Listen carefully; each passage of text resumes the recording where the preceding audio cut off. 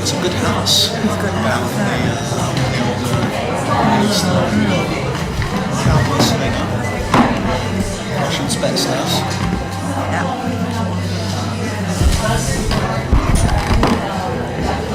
Testing, mic check, mic check. 1, 2, 1 to 2, 1 to 2. Advance.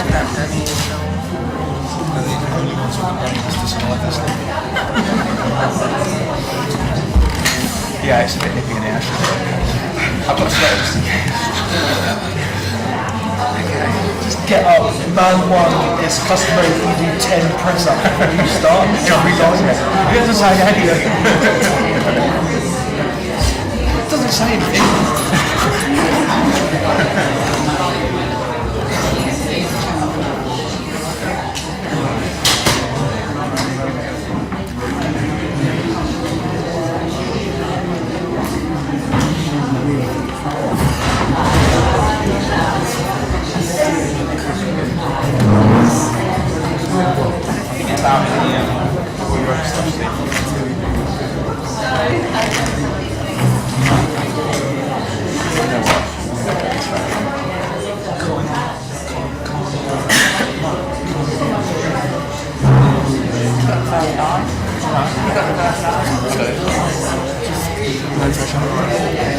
What if I just don't start?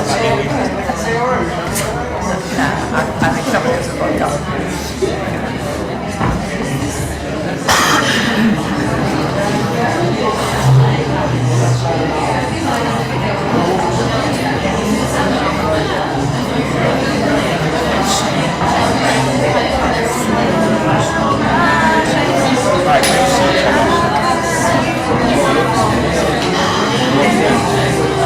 I see that shit funny battles against famous ships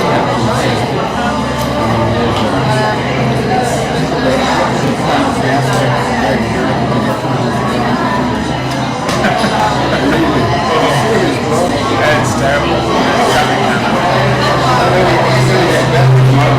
Get better. What's the story like tonight? Makes me sense.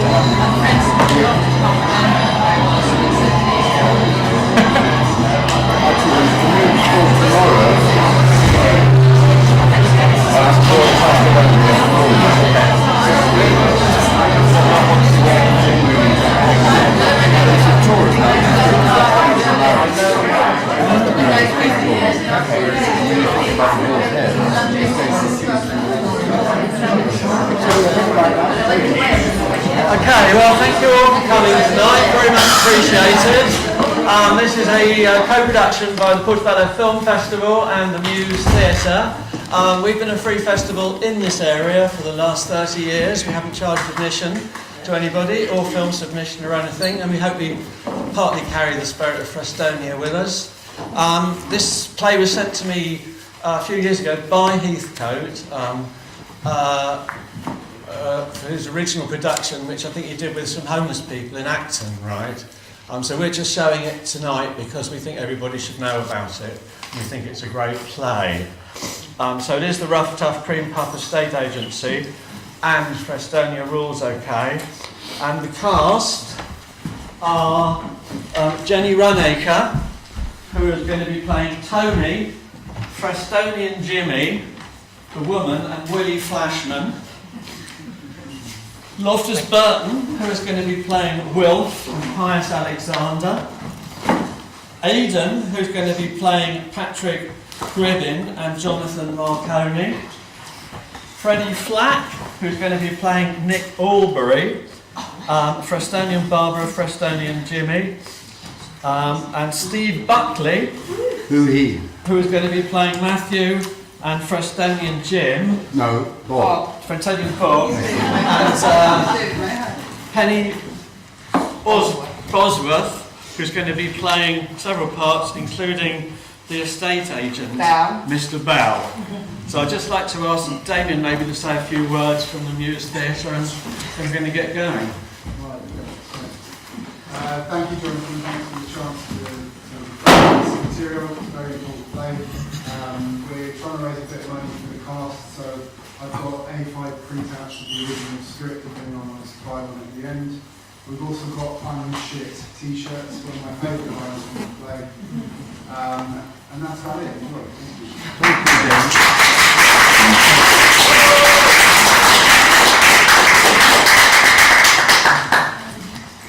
The Rough Tough Cream Puff Estate Agency, a Frestonian gallery meeting. Time for recounting at the People's Hall. The Rough Tough Cream Puff Estate Agency. We will swap the building of your choice, and Frestonia Rules OK. A documentary play written for the Guardian Citizens Theatre Company by Heathcote Williams.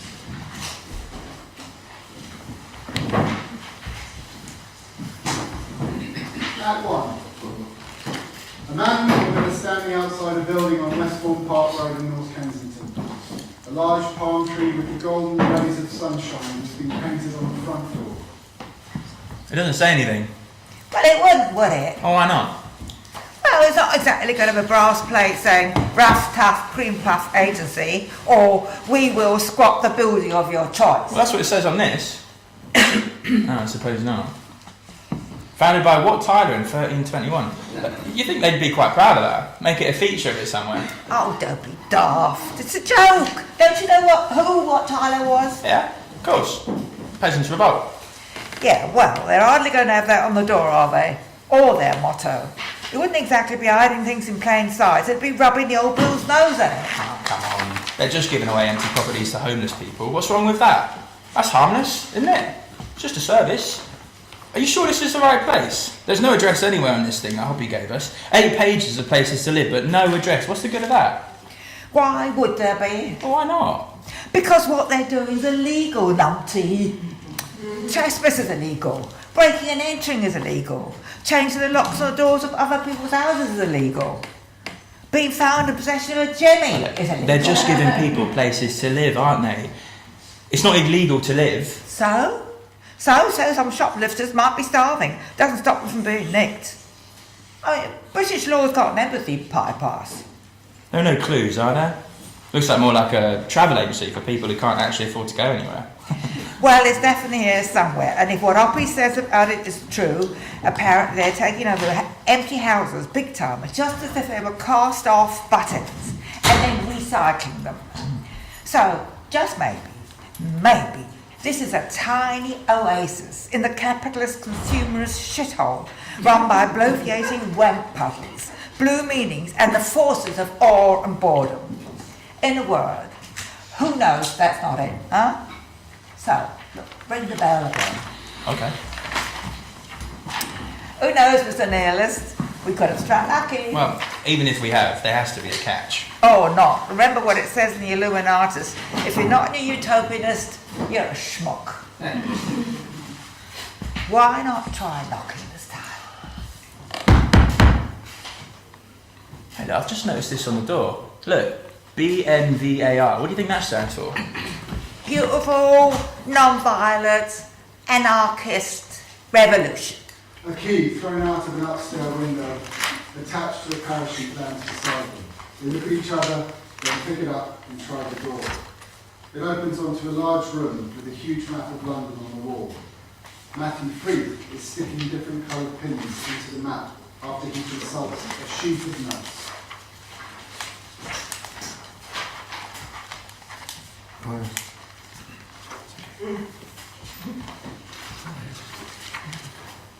Oh, so goodness, that place you found for me.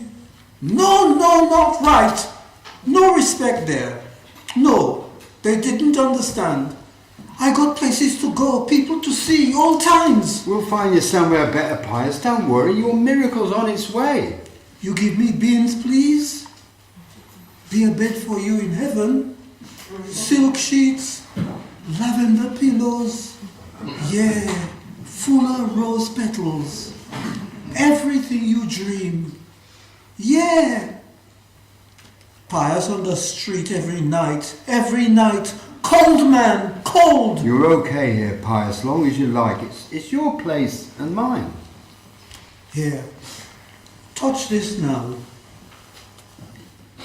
Bring you luck. It's a tin opener. Tin opener? Work by magic. You touch it, you never starve. You want to send message with this? It's a magneto. Yeah, magneto, what I say. Want to send message with it? Okay, what do I do, Pius? Rub it. Yeah, you rub it. Jesus come. Oh, well, that's quite some communication device. Yeah, communication. Well, welcome to Rough Tough, Bright Eyes. Either of you got any bow and arrow skills? Could have. Well, I want you to fire this and then hit that. Oh, that's miles away. What's this in aid of? Transmitter aerial. The crystal we've got in this is tuned to 118 medium wave, so the aerial has to be an exact fraction of that. 59 metres would do. That's half, so that's roughly 59 metres away. More or less. That would do it. Hey! Don't touch that! It'll give you a wallop! Transmitters are live even when you've unplugged them, which can make them very tricky when you're legging it over rooftops with one of them under your arm to escape a GPO detection unit. Why would they be interested? Because they'll have triangulated you. They'll have found out where the signal's coming from, then they'll have contacted the fuzz who'll have broken down your door, and so you'll leg it over the rooftops with the transmitter because you don't want them to get their mitts on it. These things take 3 days to make. They're fiddly little buggers. You know, what's the situation with Cornwall Terrace? Any room in there? Yeah, hundreds of people can stay there now. They've knocked all the first floor rooms together, all the way down the street. Wild. Yeah. There are also lots of outlets being opened up in Freston Road, Bramley Road and Stoney Street, all round Nottingdale, and Tony's just told us about a hotel in Richmond, down by the river. Got 100 rooms in it apparently. The Palm Court Hotel. Very heavily boarded up though. Going to take a crack at it tonight. Been full of pigeons for years, so taking gun boots for wading through guano. Great. There's a message here about the Cambodian embassy. Is that for real? Sure is, believe it or not. Dave Tomlin and co found a Rolls Royce in the garage and a safe full of money. Prince Sihanouk's ambassador left in a hurry when the Khmer Rouge took over his country. Round and round it goes. Round and round what goes? Karma. Ah. Well, we should get some karma pins, yeah? Maybe they could be gold. Not only has this gentrified, upmarket and overpriced house been picked out by the fickle finger of fate for adverse possession by marauding armies of punk squatters, it's also been given a brain-melting course of acupuncture by karma to ensure that it now welcomes the homeless with open doors and windows. Just like that. There. Karma is magic. And by the way, why do estate agents always wear pinstripe suits? Why? God knows. Is that a riddle? Maybe it symbolises a nostalgic yearning for all those expensive lines of cocaine that have been keeping them speeding along, adding noughts to house prices and killing people off in third world countries. You know, sniff and snuff. A revealing mode of dress then. You know, I've defaced Hamptons, Foxtons, Savills, Marsham Parsons and Chestertons with obscene slogans. And Winkworths, of course, that was a gift. That was an obvious one. Nudge, wank, wank. But here's one that still defeats me. Ruck and Ruck. Anybody got any ideas? Put not your trust in princes. That's what he says in the good book. Ain't it? Because that's what the devil do. Make princes of men. Yes, no gods, no kings. But one love. One love. I hope you don't mind me asking, but what's the significance of the different coloured pins? Okay. Right for squatting, i.e. someone sussed it out and confirmed that it's a genuinely empty one. That gets an orange flag. If it's squatted but there are rooms in it or flats free, that gets a red flag. Squatted but full up, that has a blue flag. You ever make any mistakes? Yeah, not often though, but once Nick and I broke into a place off the Harrow Road that had been boarded up for ages. When we got to the top floor, there was a family having a TV supper yet. The man of the house had forearms as thick as your thighs. One of McAlpine's few hilarious. He picked up a lump hammer and ran towards us with it, chased us back down the stairs, wanting to bury it in my head. Friggin' heck, you got away! Oh, by the way, sorry to interrupt you, but we came here about a place, this one, 23 All Saints Road, no roof, suit astronomer. Is that one for real? Of course it's real. What, you want a roof? Well, yeah. Well, then that place wouldn't be any good for you, would it? Here you are, look, this might be more. 19 Preston Road, there's a whole floor free, if you don't mind a house full of draft-dodging Italian soldiers. Fire! Jonathan is now holding a large reel of thin wire, which starts unravelling as soon as the arrow is released, taking the wire along the required route to the building opposite. Jonathan holds a microphone connected to the transmitter and briefly turns on the radio to see that the transmitter is working. As soon as he gets a screech of feedback, he turns the radio. This is Rebel Radio. Rebel Radio, good to go. Broadcasting on 118 medium wave with your host, Gerard Winstanley. The world is a common treasure house to all. There is no my thing, and there is no your thing. The studio band we're featuring today is Eskimo Nell and the Eyeball Pansies, followed by Aswad. Anyone listening who's stateless can apply for a world passport form to the BTM, No Borders, London WC 1V. And now, here's the regular weekly item most of you have been tuning in for. Yes, the latest list of available properties. I'll pass you over now to our mega mogul property tycoon from Squat Now While Stocks Last Incorporated, Floating Anarchy Productions, and the Gospel of Totally Free. Shut up, Babylon! Okay. Good offensive to run, setting down a crate of oranges on the table, and sets two with a crusher, making up orange juice to sell over together. Okay, lesson 1 in how to get the better of a pinstriped executive with a pink shirt, monogram cufflinks and a cocaine habit, which is why house prices are being pushed up every nanosecond by quadrillions of quid. And they step over rough sleepers on their way to work in their Mercs. Just try a bit of righteous industrial espionage. If you pass an estate agent's window and see something that takes your fancy, then put on your best bib and tucker and saunter in. Tell them that you're interested in viewing the property.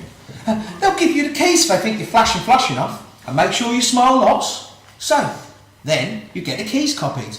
After half hour or so, you return them to avoid arousing any suspicion, and you say, sadly, the place is not to your liking after all. And then you can let yourself back in, change the locks, and lo and behold, the property is yours. Cue anything.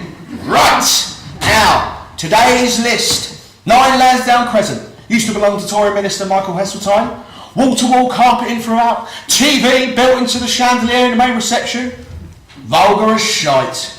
Now in the hands of property speculators. Come back, Rackman! All is forgiven! Access from the back via a jelly. You'll know it's the right house when you see that there's graffiti opposite that says Hancock lives. It's kitty corner from another one that says Clapton is God. If you don't have a Jemmy, we've always got a few lying around the rough tuff that you can borrow. Okay? Sorted? Moving on. Now, Villa Road, Brixton. There's 150 people living in the Yellow Submarine commune, and they're expanding to 2 more houses, so there's room there. You catch the Villa Road newspaper, The Villain, for further details.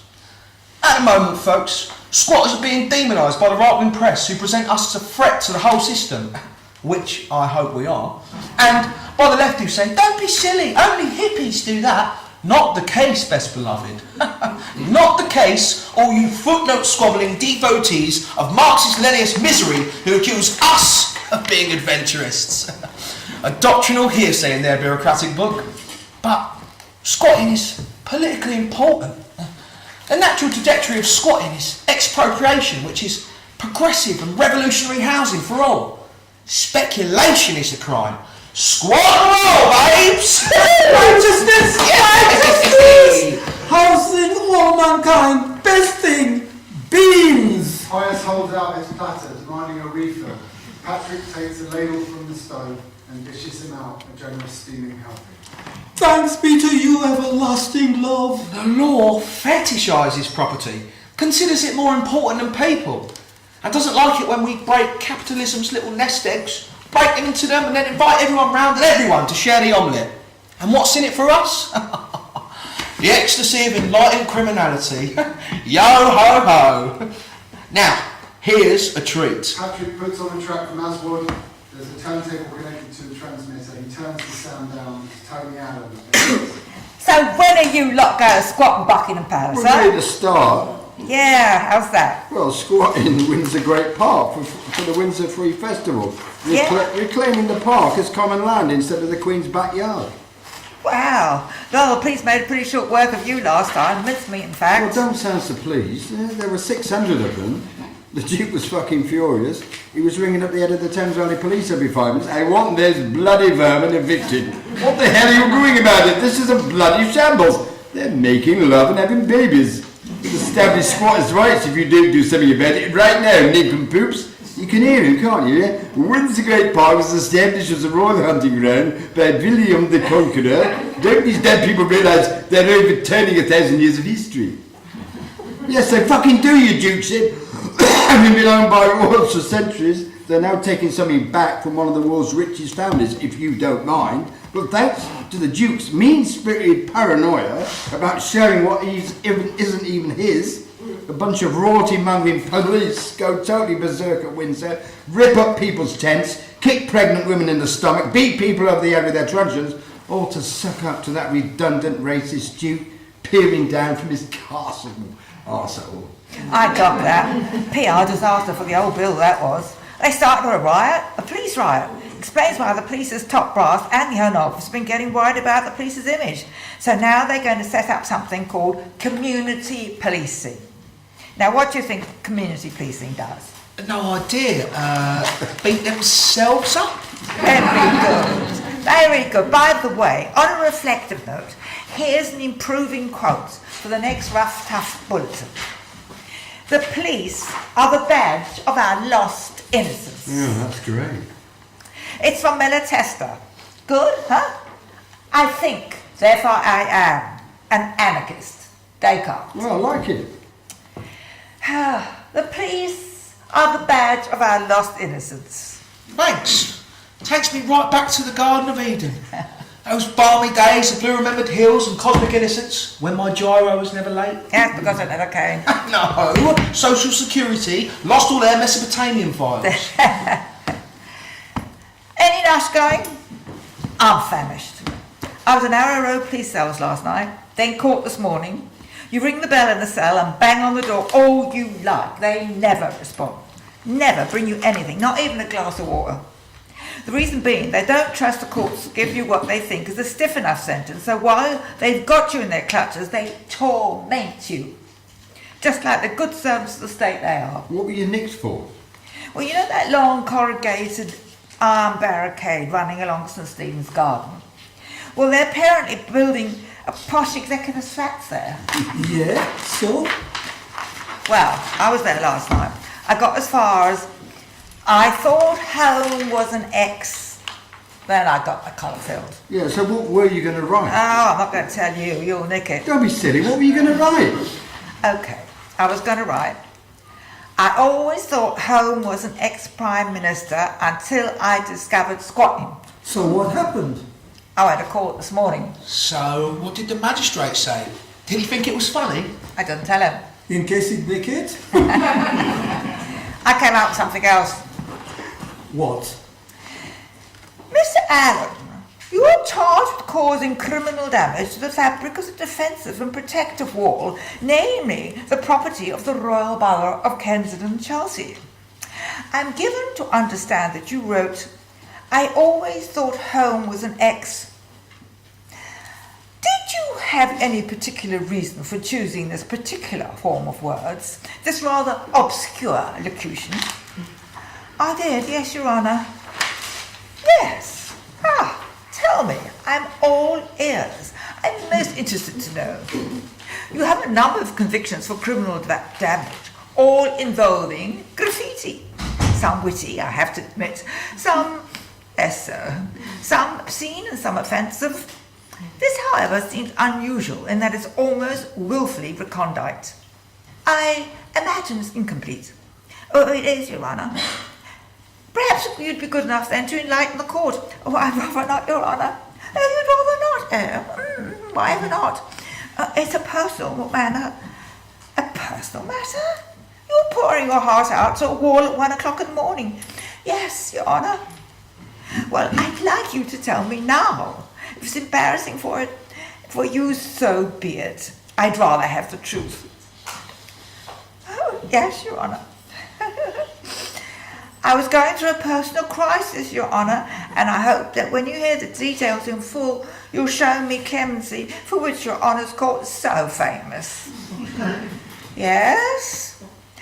I always thought, yes, that home was yes. I always thought that home was an extremely nice place until my wife left me and the parrot died. Silence in court.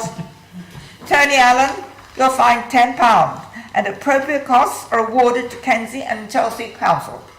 You're a thoroughgoing nuisance. You're not funny at all. Not at all. You may think that your antics add greatly to the gaiety of nations, but the court remains steadfastly unimpressed.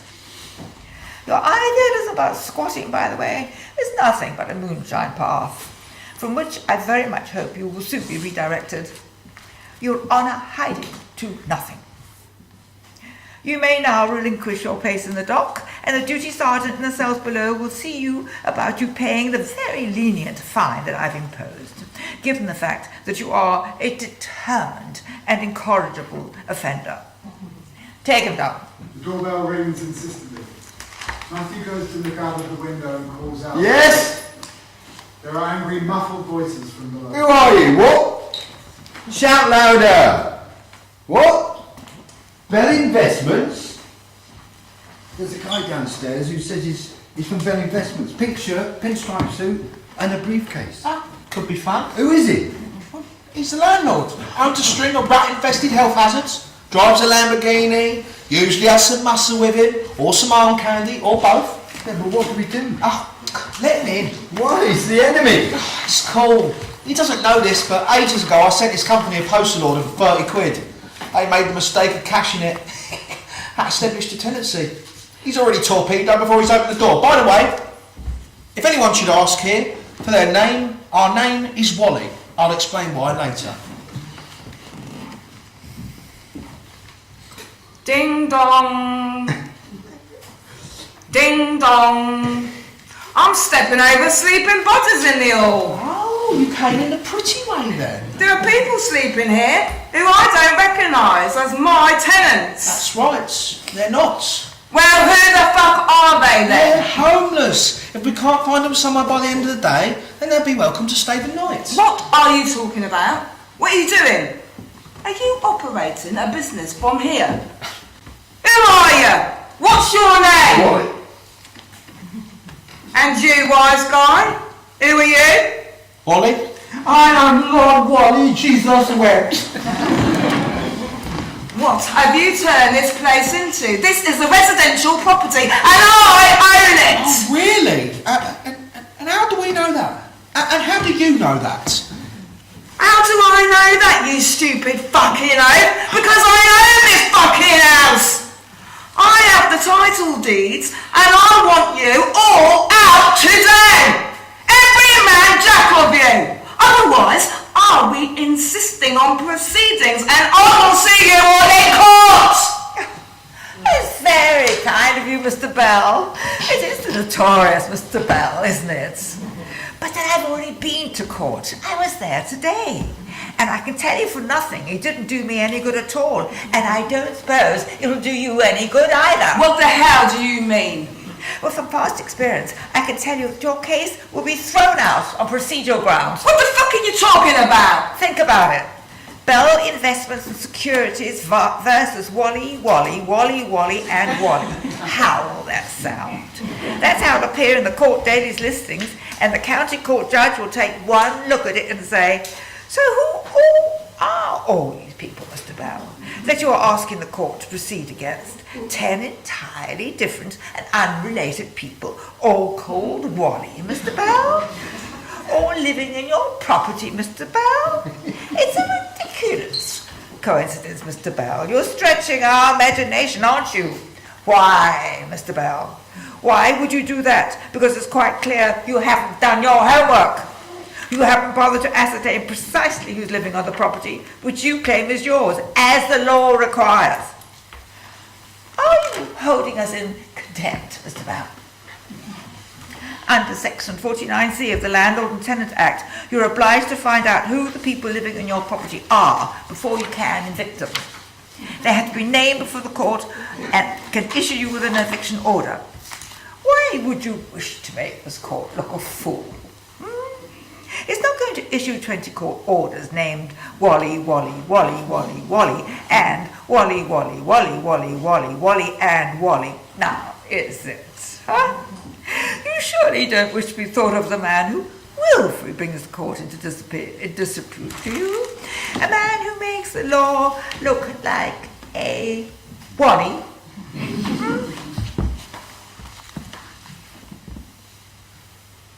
So, what's your real name? Oh, what is real in this wilderness of mirrors? Wally. So, what are you going to do, Bell? Get you heavy to give me a Chinese burn in order to get my name out of me? Bog off! I am the one who has the law on his side, you idiots. You're squatters! You're fucking squatters and it's my property! No, we're not. We're unpaid caretakers. Better to squat than to let a home rot. And we're here on a permanent basis by arrangement of the genius loci. The spirit of this place. It pats us on the head every night, just as our little heads touch the pillow and it says, worry not, my little babes, everything's cool. What's your language, Belle? It's not squatting, it's self-help housing. Please, don't talk dirty. I don't care what the fuck you call it! You were living here rent-free in my house and you owe me thousands! You ought to be kinder to yourself, Mr. Bell. To be as obsessed with money as you are can lead to the build-up of dangerous cardiotoxins.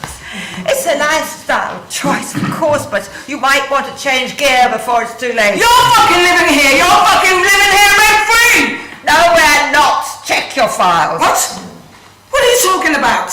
You paid this into court. This is the stub for my 30 quid postal order sent to Bell Investments on April the 11th. My mum's birthday. How could I forget? And being as ravenously interested in money as you are, how could you overlook the receipt of my hard-earned cash? Mr. Bell, thus creating a contract between us. Bell looks at his minder, who shrugs slightly sheepishly, keen to indicate that he knows nothing about it. Bell is now insane with anger. You have been not paying rent. You paying rent! I don't believe you! Earned! How exactly? How could you, any of you, have possibly earned any money? How? I mean, look at the state of you! What the hell do you find to do all day? Enlighten me! We're spiral dancers. You what? At pop festivals. Oh. We influence the weather. The organisers are pleased to hire That's a load us. of bollocks! Yes, it's bollocks. But they pay. That's what the world is, isn't it? It's people paying for illusions. No, not in my world, it's not. I don't know anything about it. I just want you to fuck you. Fuck you, yes! Just fuck your fucking mother and fuck the whole lot of you. I want you out! Out! Out! Out! Out! Ooh, you're making yourself look ugly, Mr. Bell. Oh, look at you. Just look at your face. Oh, was anyone else hurt in the accident? I will kill you. You're shitting the place up. Look at the fucking state of it. No one shits up my places and gets away with it! You've just given yourself away, Mr. Bell. Places, plural. Who needs more than one place, You can only sleep in one bed at a time. The unexamined life is not worth living, Mr. Bell. Sorry! And this guy! Look at this guy! Tin Man! Huh? He's a health hazard and I do not want him in my house! Oh, don't you? Well, listen, sunshine. To have survived on the street for as long as he has merits the biggest medal this poxy state has to offer, and not the unwarranted contempt of a slimy-ass property speculator like you! Let me borrow your light meter, Pius. Pius hands him the light meter attached to a bicycle chain. Oh my, wait, look! What the fuck are you doing? I'm scanning you for utopian content, just as I thought. Zilch, nada, nothing. Not a single way of lighting What are you doing with your life, Bell? Running around with your goons, collecting back rents from buildings you didn't help build in order to fuel the Lamborghini and pollute the world for its farto and give everyone asthma. What kind of CV is that, Mr. Bellend? Pretty dismal, pretty vacuous. So, please allow me to invite the rough, tough, cream puff estate agency's duty commissioner to show you the door. Right now, step forward, Matthew. Direction, volley, Matthew. Cue Bob Dylan. Dear landlord, don't put a price on my soul. My burden is heavy. My dreams are beyond control. Two cries of jubilation. The assembled company drums the floor. Act 2. The rough, tough, green puff estate agents. Someone has come in off the street looking for a place. Matthew hands them a set of keys. Peabody Buildings, end of Crowden Road, number 43. Oh, shouldn't I be giving you something in return? Shouldn't. Don't talk daft, of course not. It's gospel of free, remember? Hippie, punk, love. But it's a whole house, isn't it? Or a whole flat? No, so don't eat it all at once. But how do you... Well, random acts of kindness and senseless beauty, that's all. You'll be returning the favour to someone else, somewhere down the line. Thanks. It's pure pleasure. Nick Aubrey comes up the stairs and bursts in at the door. A tall figure in a flowing robe, with a joined hat. He pins a large silk-screen poster of the People's Picnic, Windsor Great Park. Bring what you expect to find. The what? The People's Picnic. Well, you know there's a High Court injunction, don't you? Which means that anyone organising another festival at Windsor will be in contempt of court and liable to prosecution and jail. Well, who cares about the law? I mean, the law regards housing homeless people, what we're doing, as incitement to commit a felony. So fuck the law. Okay, get off your hobby horse for a second and listen. There's nothing in the injunction to prevent a people's picnic, is there? Get it? Injunction bypass. No. Oh, hang on. Ah, cool. Ah, brill. On second thoughts, do you think this could be why, as of the day before yesterday, there's always been two obviously plainclothes guys in a car just opposite watching the house? Yes, probably. No, probably not. They couldn't possibly know about the People's Picnic. We've only just printed the posters. Okay, by the way, Nick, there's something you ought to know about. Someone's gone off with all the text for the latest Rough Tough bulletin. 8 pages of it. I just got it ready for the printers, and there was this really suspicious guy hanging about here all yesterday. He even slept here last night. Frank Harris. Everyone thinks it was him who took him. Well, why would he do that? Don't know anyone. Anyway, it means I've got to type out all the addresses again. Bit of a hassle. Did you open up the Palm Court? Yeah. Took all bloody night. There's no road down there between the hotel and the river, just a pedestrian walkway. So every time we kicked in the planks that were nailed up against the windows on the inside, it made a right old hell of a noise, echoed right across the river, and a couple of plod were walking along, and they thought they'd heard something. They stopped. We froze. Hairy moment. And then they walked on, left us alone. We changed all the street entrance locks now, so we're the only people who've got access to it, apart from the pigeons. And the ghost of Max Jaffa and the Palm Court Orchestra are singing Bluebells in the Springtime. One for the teenagers. Well, why don't you give it to that woman, Erin Pizzy, from Chiswick Women's Aid? Apparently they need places all the time. Hostels for battered wives. Sounds as if they could easily turn the Palm Court Hotel into a fortress to fend off angry partners. Done, we got her address. Yeah, it's in Chiswick somewhere. Oh, and by the way, Hammersmith Council turned down our application for short life housing in Preston Road. So, guess what? What? We're going to declare independence from Hammersmith Council, the free and independent Republic of Fristonia. This place can be the Fristonian Embassy. You're joking. Only partly. I've written to the United Nations to ask them for a tank to defend us against Hammersmith Council, if necessary, in case they send in the bailiffs or start raising it to the ground. Is there more? We're going to do our own stamps, our own passports.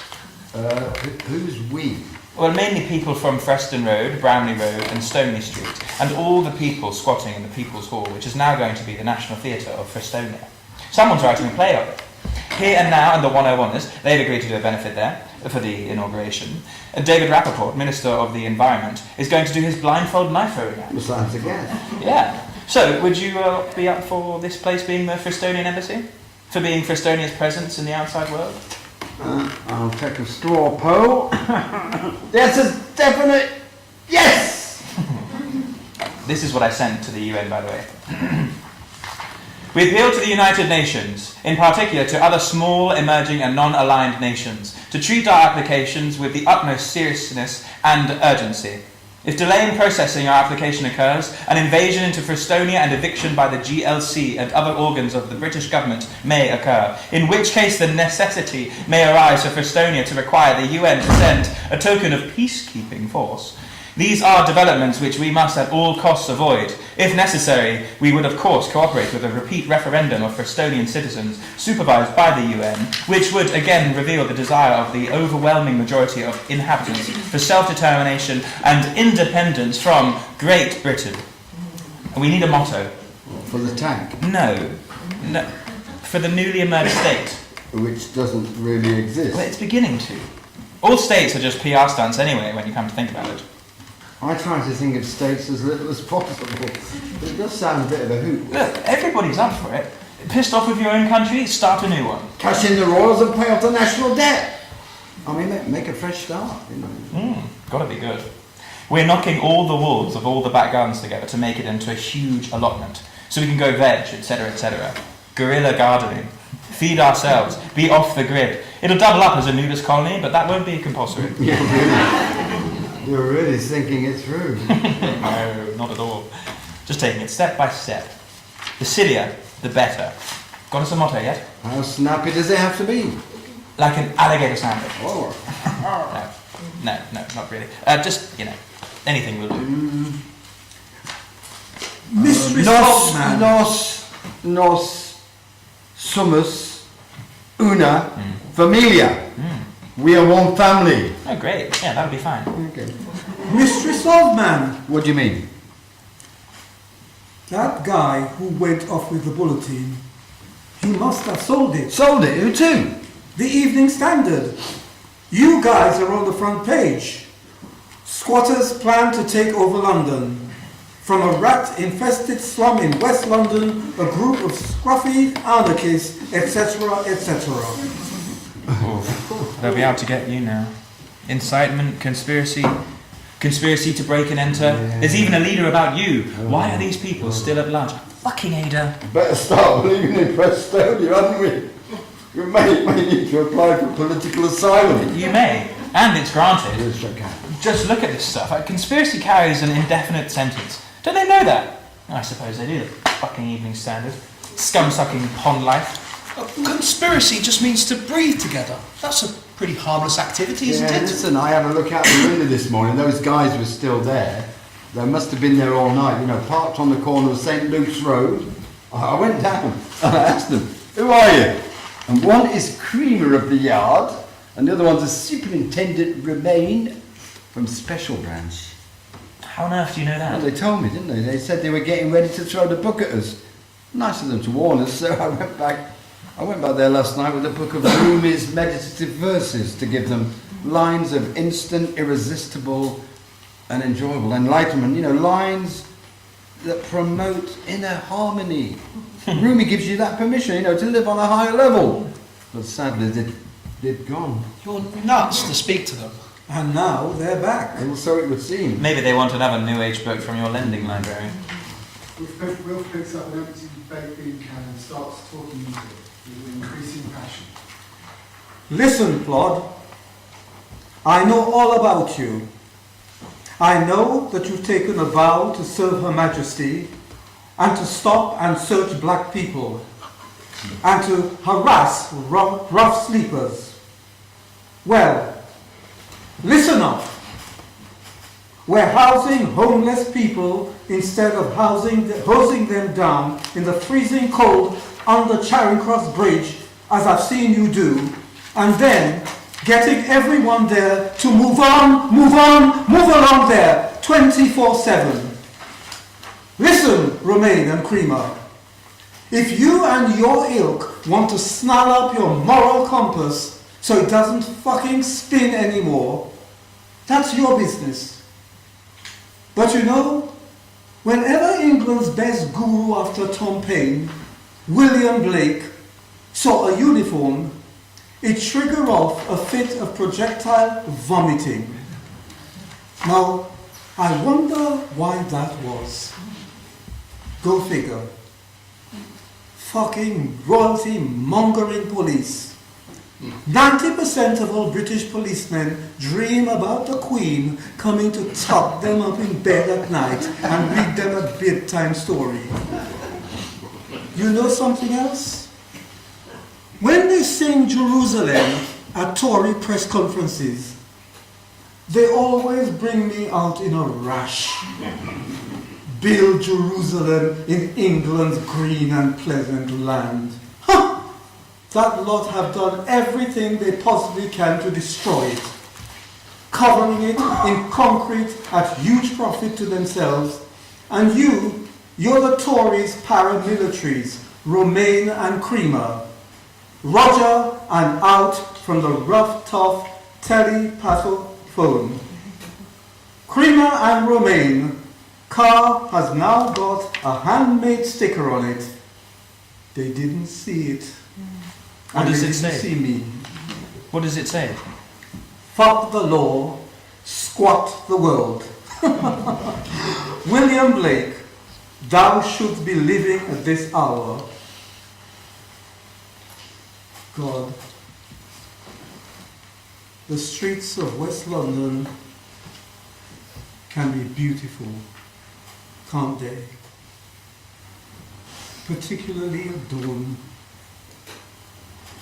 If you're quiet, you can hear the sprightly lads park and pan and Robin Goodfellow. And now here's Billy Blake, God's rate, coming through loud and clear from the Stonehenge mainframe transmitter. Men, think not for themselves till experience teaches them to catch and to cage the fairies and the elves. Hobbit power, the popular front for the liberation of Preston Road. Viva Prestonia!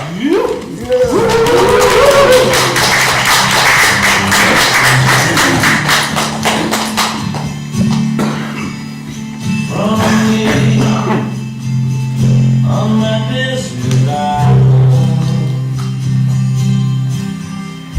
sun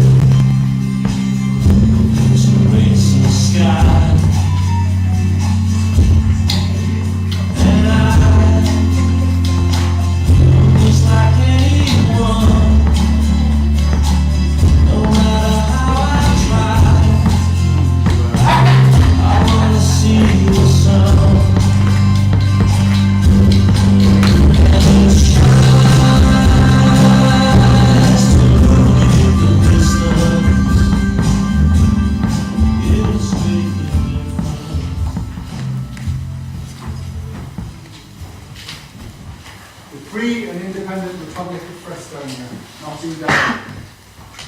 We see on stage left the Apocalypse Hotel, a cafe that serves the citizens of the newly created state.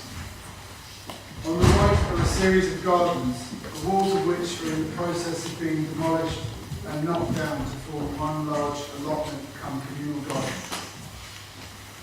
Nick is wearing a blue United Nations style beret. A group of Frestonians are building and decorating a UN tank, Twin Peter style, with buckets of papier-mâché. Pius Alexander is covering it with various bits of scrap. The man and the woman from Act 1 have become Frestonian Bob and Frestonian Jane. Shall we get smoke to come out of barrel? It doesn't actually have to work. It's just a cargo cult. Meaning? It's sympathetic magic, designed to lure real tanks out of the woodwork. From where? Salisbury Plain? The UN headquarters? From wherever. To defend us? That's right. And the UN? Yes. Actually, they haven't responded yet. Oh, disappointing. Yeah, I thought so too. I had a patronising response from the British Foreign Secretary, Geoffrey Howe. I wrote to him to ask him to support our application for nationhood status and for membership of the United Nations. He wrote back saying, if you didn't exist, we'd have had to invent you. So I wrote back, if that's the case, why do you and your Tory councils wish to destroy us? Too right. They should get with the programme. Why not? It's happened before. Christiania in Copenhagen that succeeded the Danish government. It's been going for 20 years now. Oh, 3 T's for the Frestonian Ministry of Defence. Ooh, yes. great. Thank you. Lovely. Guess what? Tonight we're showing Passport to Pimlico in the People's Hall. Correction, the National Theatre of Frestonia. Everybody's welcome. Great, I've never seen it. What happens in it? It's an old Ealing comedy. I've just watched it to see if the projector worked. Some local kids roll a tractor tyre down a hole on a bomb site which sets off an unexploded bomb left over from the Second World War in somewhere called Miramount Gardens in Pimlico. The explosion reveals a buried cellar with all sorts of art objects, coins, jewellery, etc. and an ancient parchment. It's a royal charter of Edward IV, which gives the house and its estates to Charles VII, Charles the Rash, the last Duke of Burgundy, when he sought to refuge these several centuries ago after being presumed dead at the Battle of Nancy. As this charter has never been revoked, Pimlico is legally part of Burgundy. At a high point in the film is when the local policeman, PC Spiller, exclaims, "Blimey! I'm a foreigner!" Everyone in Pimlico is now a Burgundian. The British government refuses to reckon with them and orders a boycott of Pimlico, now a Burgundia. They put up a barbed wire wall, sympathetic reps, throw food parcels over the border, and then when people discover that Burgundia isn't subject to post-war rationing, everybody wants to come in there. The British government gets tough, then the Burgundians get tougher. At one point, the Burgundians stop the tube train in its tracks and ask everyone to get out, see if they have anything to declare, and to show them their passports. Otherwise, they cannot proceed. Well, sounds great. It is. The film ends with a party. Everyone's celebrating being shot of the UK. Yeah, it's great. Be there or be square. Now here's a bit of real local history, folks. The Jarrow Hunger Marches. Yeah, the Jarrow Hunger Marches. Yeah, when did they first hit town? Right here. The march organisers thought they ought to see the very poorest part of London before they laid siege to Westminster plutocrats to petition them for a fair deal for steel workers and Tyneside ship workers. Now, they petitioned and petitioned, but did anyone pay attention? No, did they? Yeah, like the palace of bloody Westminster piglets couldn't be diverted from their troughs. Street corners in West End had starving miners on them. They were too weak from hunger to be begging standing up, so they had to kneel with their hands out. And the starving went on and on. It was in the 30s, you know, the 1930s. It was little Alan Price who wrote a song about it, you know. My name is Geordie McIntyre and the barns don't even have a fire. So the wife said, Geordie, go to town, go to Luton town, and if they don't give us half a chance, don't even give us a second chance, then Geordie with my blessings, turn the bleeding lockdown. That's great, any more? And you know that's having a laugh, lad. Come on, follow the Geordie boys, they'll fill you out with joy, they're marching for the freedom now. Come on, follow the Jarrow lads, they'll make your heart feel glad. They're singing now. Yes, now is the hour. It was known as the Jammer Crusade, you know, got itself blessed by a radical bishop, and it came right through here. This very spot, man, Lindisfarne here. But in Lindisfarne, they did another one, didn't they? Marshal Riley's army. In October 36, they took a trip. Many makeships, strictly for some kind of salvation, with head held high and dignified. The townsfolk and the passers-by held them in some kind of admiration. March on, Marshal Riley's army, marching on for your rights. You've surely earned them. March on, Marshal Riley's army. The lessons that you taught us, who has learned them? Did they really come through Preston Road? Yeah, they did, right from fucking Shepherd's Bush. Fucking brief detour through these streets to be given cups of tea and bread and jam by people living here. Then on to Westminster to be kicked in teeth by Parliament snobs and sods. How many votes does it take to change a bloody light bulb? None. Because voters can't change anything, right? The MPs refused a debate on any of the issues that the marchers brought with them and they were raising. And the marchers got given no jam at all, out of any of them plutocratic politicians. And that's all on record. That is the way Parliament treated with a bloody scandal, but scandal festered and festered. And that running sore led directly to welfare state. From little acorns, big oaks grow. On the way in from Jarrow, they wanted the marchers to see the poorest parts of London. They wanted them to see the poorest parts of London. They wanted them to see London's them and us. So they came here. Yeah, it still is, matey. Still the poorest part. Knock on the door, number 12. They've got a job putting food on the table. What about junkies, Do they count as poor? Number 11? Oh, it's full of junkies. Yeah, they count. They're poor in spirit, all right. In Victorian times, they were known as the undeserving poor. But my theory is that the undeserving poor are even poorer than the poor, because nobody gives a tinker's fuck about them. They're living here, they can live here. I taught a junkie to juggle once. Didn't cure him, but it's impossible to inject yourself while you're trying to catch 3 balls flying through the air. Mind you, he was only ever able to juggle 1. Idea, I've had an idea. What's that? We should have a Frestonian national anthem. Oh, yeah, that'd be great. What does it say on the Statue of Liberty? Bring us your... I remember, I know it by heart. Give me your tired, your poor, your huddled masses yearning to breathe free, the wretched refuse of your teeming shore, etc., etc. Send these, the homeless, tempest-tossed to me. I lift my lamp beside the golden door. And you make sure also to bring me all your fucking junkies, that we may teach them to juggle. Funny that you're suggesting that, Nick, you know, because I've actually been thinking about something. The whole Frestonian vibe. Started plucking the guitar strings for me. I got a tune, but only got as far as 1 verse so far. Do you want to hear it? Oh, go for it. Well, I could wait until I've written a few more verses. No, go for it. Giants built Stonehenge, giants built this land. Let's rise up like mushrooms and seize the upper hand. Viva Frestonia! That's great. More. Nick, by the way, if I'm Frestonia, can I still get the doll? Yes, it'll count as foreign aid now. You should have known that, Jen. You were the bloody Home Secretary at meeting. I am? It was decided at last night's meeting, even though, just like the British meetings, you've never done anything for my home. What do you need doing? Well, electrics are off. Oh, I'll give you a hand. What do you know about sparks and electrics? I haven't been the 101's roadies for everything.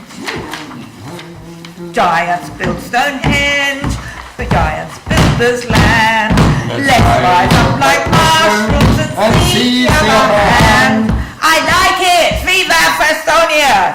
It's a bit naff, but I like it. You don't think it's a bit nationalistic? So what, we're a fucking nation, aren't we?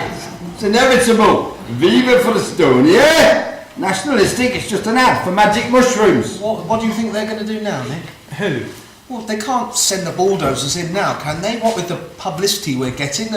create an international incident. That's right, I've been posing for photographs all morning from a French newspaper guy. Here, look, it's here, that's a Frestonia guy, please. I charge him 50 bloody quid for making me look a brat. Who wants a sandwich filled with fruits of Estonia's first harvest? Which is? Mustard and cress grown on organic blotting paper in our sunshiny back room. Great. Yeah, we must keep some aside though for the state visit. State visit? From who? We've just had a really interesting inquiry. A guy from something called the Micropatrological Society of Vienna. They specialise in collecting details about small nations. I say they, but I think it's just him. He's declared his house in Vienna a free and independent state. He seceded from Vienna and, in fact, the whole of Austria.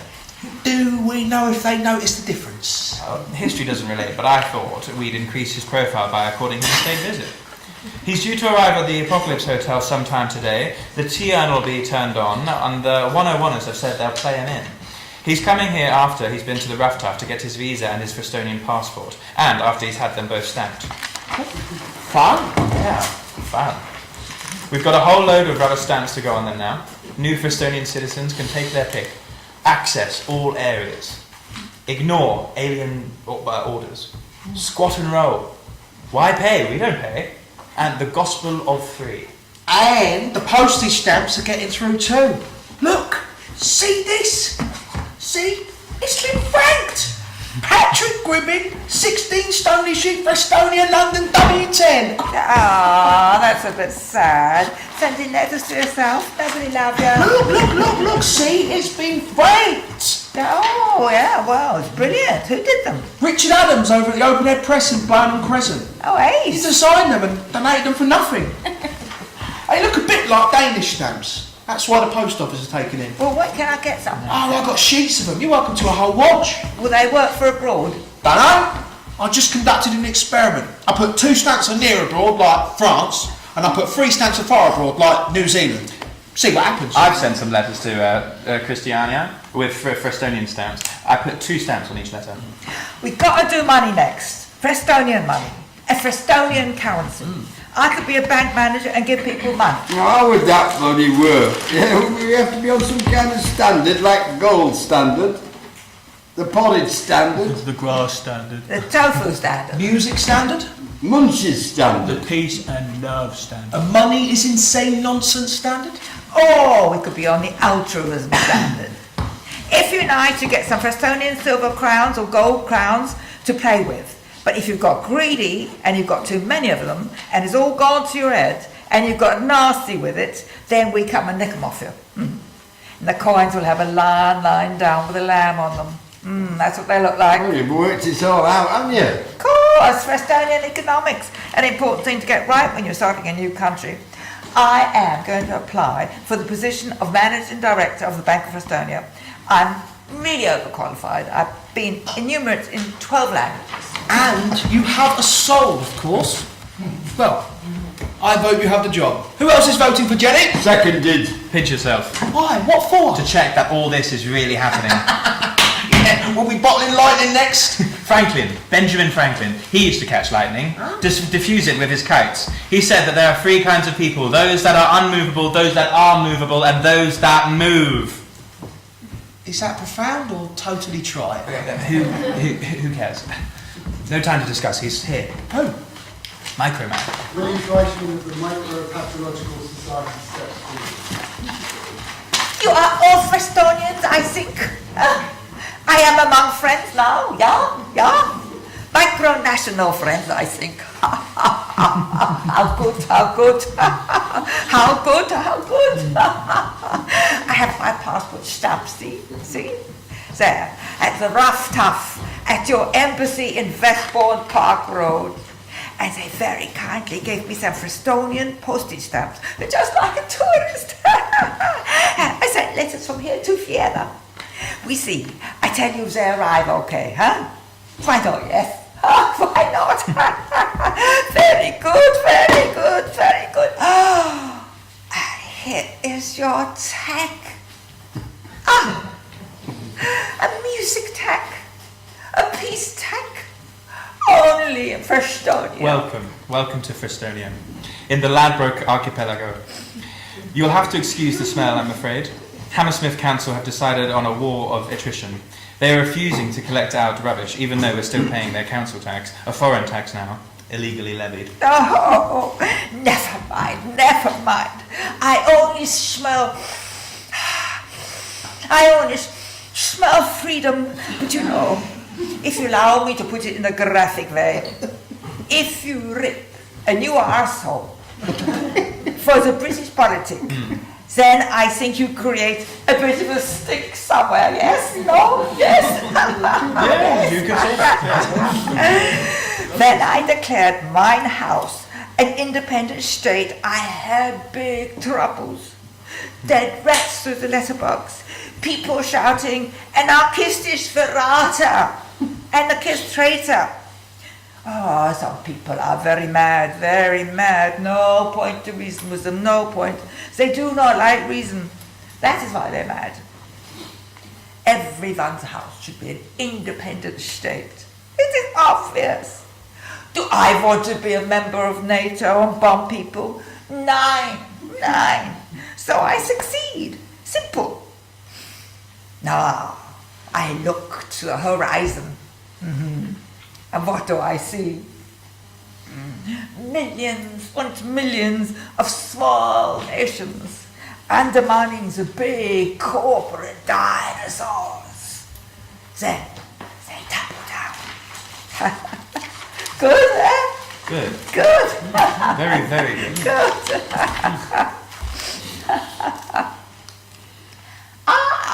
Mr. Matthew, I met you earlier. You stamped my passport. I did indeed. Are you enjoying your trip? Oh, I am. It is like bliss heaven. Very good, very good, very good.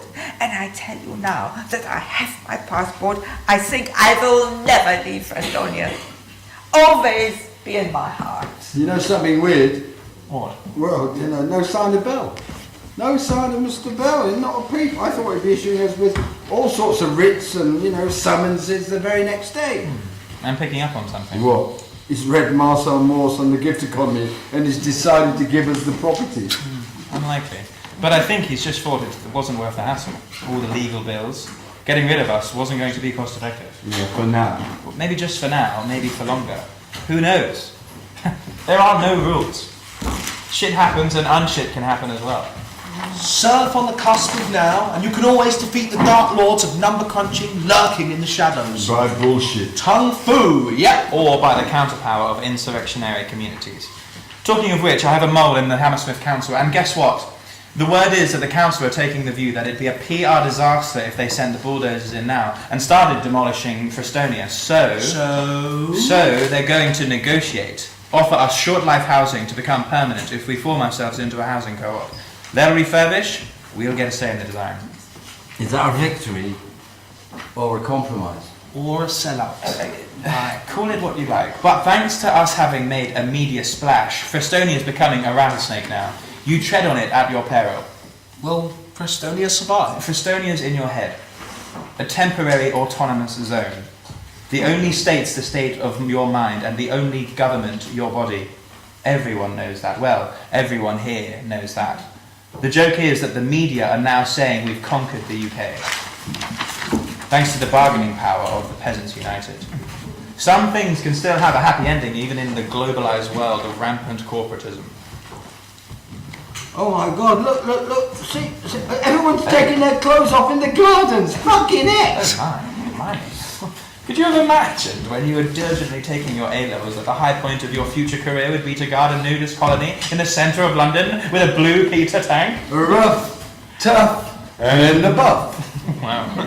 The card castle we built with punk love in ad hoc, improvised, agit-prop dream is suddenly real. Thanks to every card in the pack being jokers. A prank a day keeps your doctor away. The diggers knew that 350 years ago. They chose All Fool's Day, April Fool's Day, to squat St. George's Hill. Their first settlement, April Fool's Day, was when they turned the world upside down. Stand up, diggers! Stand up now, diggers all. Stand Your up. houses they pulled down. Stand up now, stand up now. Your houses they pulled down. Stand up now. Your houses they pulled down. we must come down, and the poor shall wear their crown. Stand up now, diggers all, no more diggers all. The lawyers all around, on each side they are found, their wisdom so profound, to cheat us of our ground. But the lawyers must come down, and the poor shall wear their crown. Stand up now, diggers all, the lawyers are all around, on each side they are found, their wisdom so profound, to cheat us of their ground. But the lawyers must come down, and the poor shall wear their crown. Stand up now, diggers all, the lawyers are all around, on each side they are found, their wisdom so profound, to cheat us of our ground. The lawyers must come down, and the poor shall wear the crown. Stand up now, diggers all, the snitch is all around, on each side it is found, its wisdom so profound, to cheat us of our ground. The statesman must come down, and the poor shall wear the crown. Stand up now, diggers all.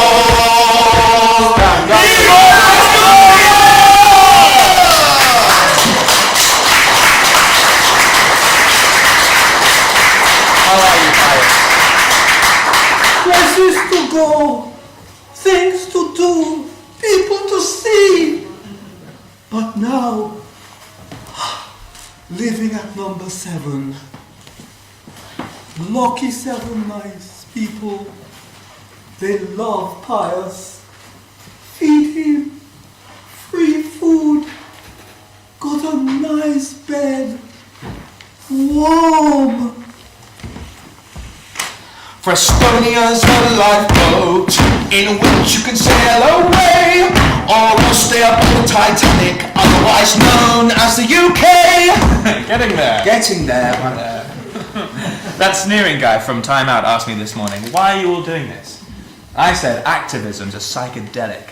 It prompts endorphins, makes you happier, helps you live longer. Break and enter and break the mould. Break in and break out. Come to think of it, Adam and Eve were squatters, weren't they?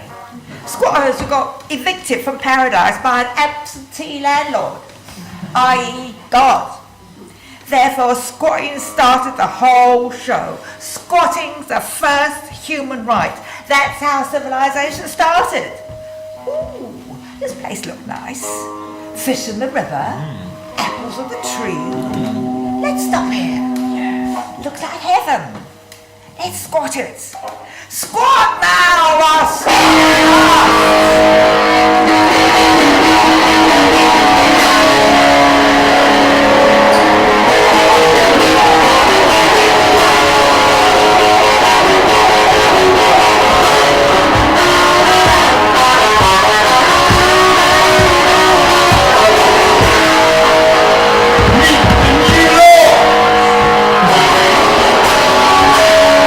Same as a fucking old law, right?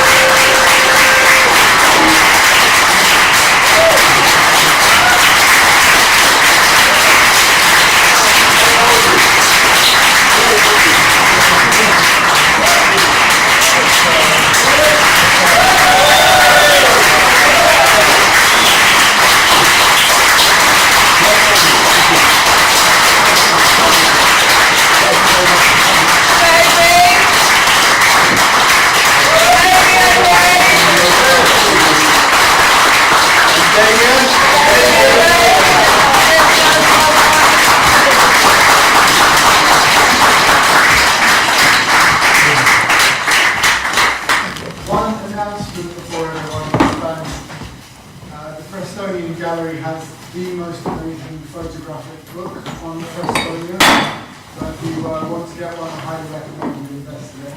That's released. Thank you very much.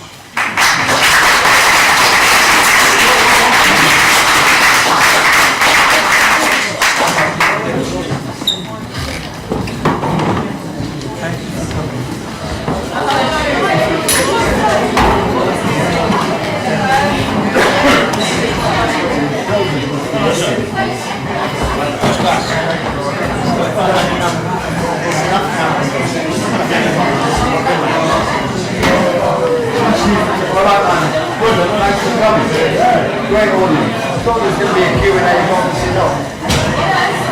Yeah, Damien! I thought it was going to be a bit of a Q&A. Yeah, sorry, Q&A. Yeah. Please don't go, because you made the show.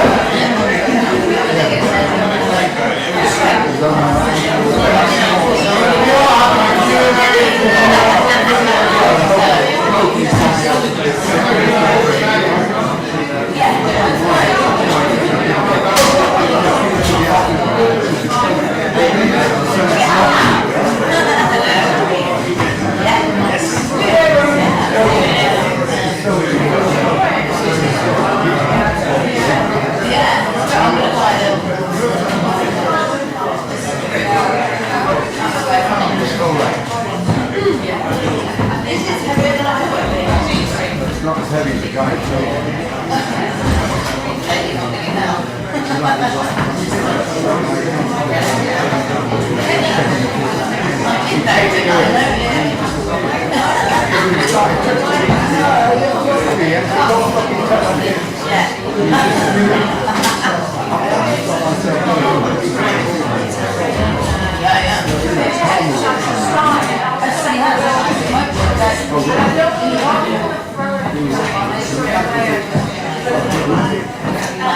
Yeah, you fell back from 10. Yeah, that's why I didn't push it over. I know.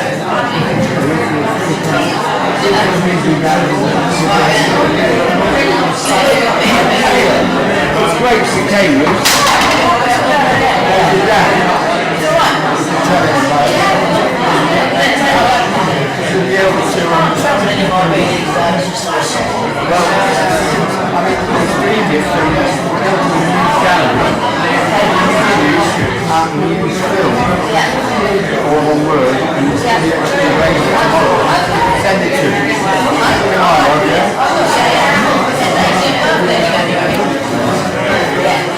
Well, it's like the big Range Rover, I'd like it to meet you.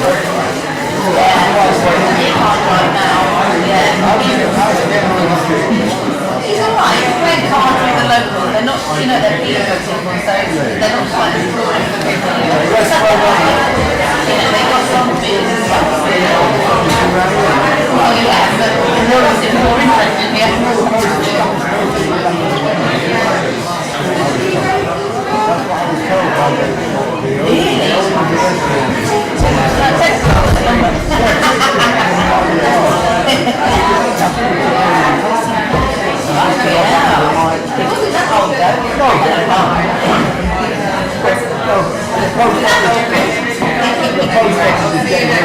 Thank you for coming.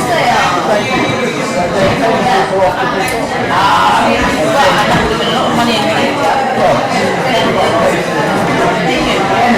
And you were always on and off, and he wanted to get back to it. I know. I was in belief that when we were chatting about it. No, my best friend's there. So we crossed over. In the Rapture. It's about an hour from our house. It's about an hour drive, like maybe 45 minutes. And it's raining a lot. But I go there. I know. And my best friend, they have a swimming pool and they have, you know. Well, maybe it's right down south on the border, over the river. Okay. The border with Portugal. Oh, that must be Old Dublin, been there 35 years. 2,000-year-old thing. No, so they Just love him. They kick it. I've got enough love. No, I know. Prior to stopping things, if you still smoke smoking things down. I gave it up 24 years ago.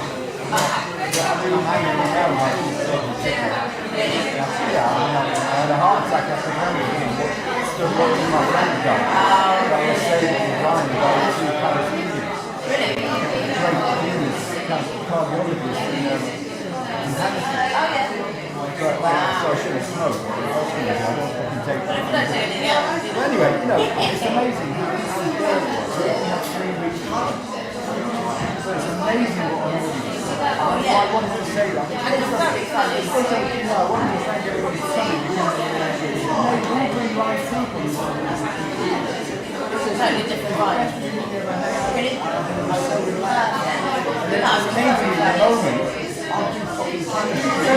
I thought you were. I didn't want to. That was very funny. Thank you. It's perfect, yeah. Brilliant. That's perfect. Yeah. You are a son and I want to read something to my lover. like those she gives you bits in Yeah. in fact, I should sign it. Yes, you should. I've got a pen backstage. I'll go get one last up. I will.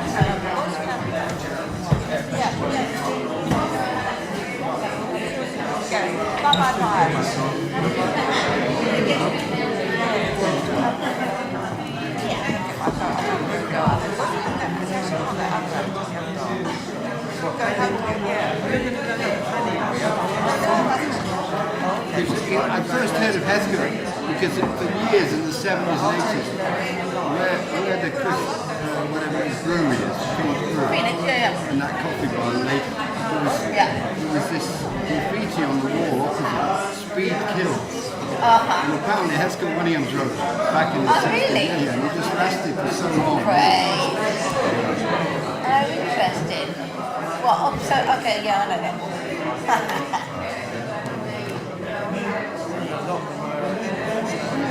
So do you think that this was true?